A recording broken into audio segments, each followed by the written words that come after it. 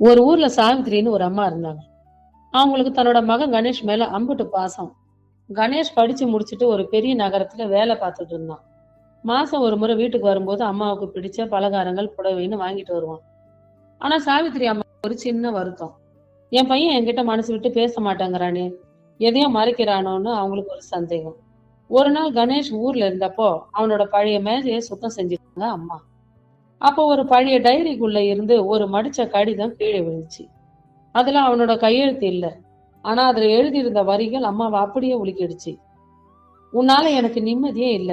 நீ போடுற கட்டளைகளும் உன்னோட எதிர்பார்ப்புகளும் என்னை மூச்சு முட்ட வைக்குது. நான் உன்னை விட்டு விலகி போகணும்னு நினைக்கிறேன் அப்படின்னு அந்த கடிதத்துல எழுதியிருந்தது.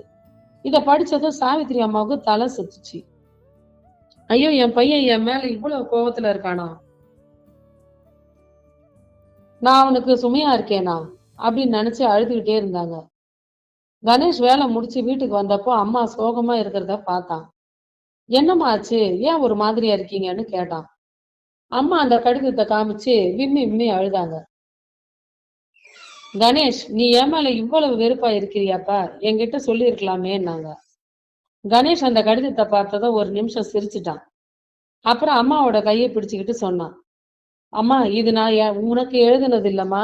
நான் காலேஜ் படிக்கும்போது ஒரு நாடக போட்டியில நடிச்சேன். அந்த நாடகத்துல ஒரு கொடுமைக்காரன் அப்பா கிட்ட கோவிச்சுக்கிட்டு போற பையனோட வசனம் இது. அந்த ஸ்கிரிப்ட்ல இருந்த ஒரு பகுதியை தான் நான் எழுதி வச்சிருந்தேன். இது நீ உனக்குன்னு நினைச்சிட்டியா அப்படின்னு சொன்னான். அம்மாவுக்கு அப்பதான் நிம்மதி பெருமூச்சு வந்தது. அடப்பாவமே, நான் தேவையில்லாம மனக்கோட்டை கட்டிட்டு அழுதுட்டு இருந்தேனே. அவங்களும் சிரிச்சுட்டாங்க.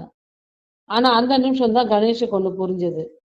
அம்மா மனசுல இவ்வளவு பயம் இருக்குன்னா நான் அவங்க கிட்ட போதுமான அளவு அன்பை செலுத்தலையோ அப்படின்னு தோணுச்சு. அன்னையில இருந்து அவன் அம்மா கிட்ட அதிகமா பேசவும், அவங்க மேல இருக்கிற அன்பை வெளிப்படையா சொல்லவும் ஆரம்பிச்சான். நாம பல நேரங்கள்ல அரைகுறையா ஒரு விஷயத்த பார்த்துட்டு தேவையில்லாத பயத்துல மனசை வருத்திக்கிறோம்.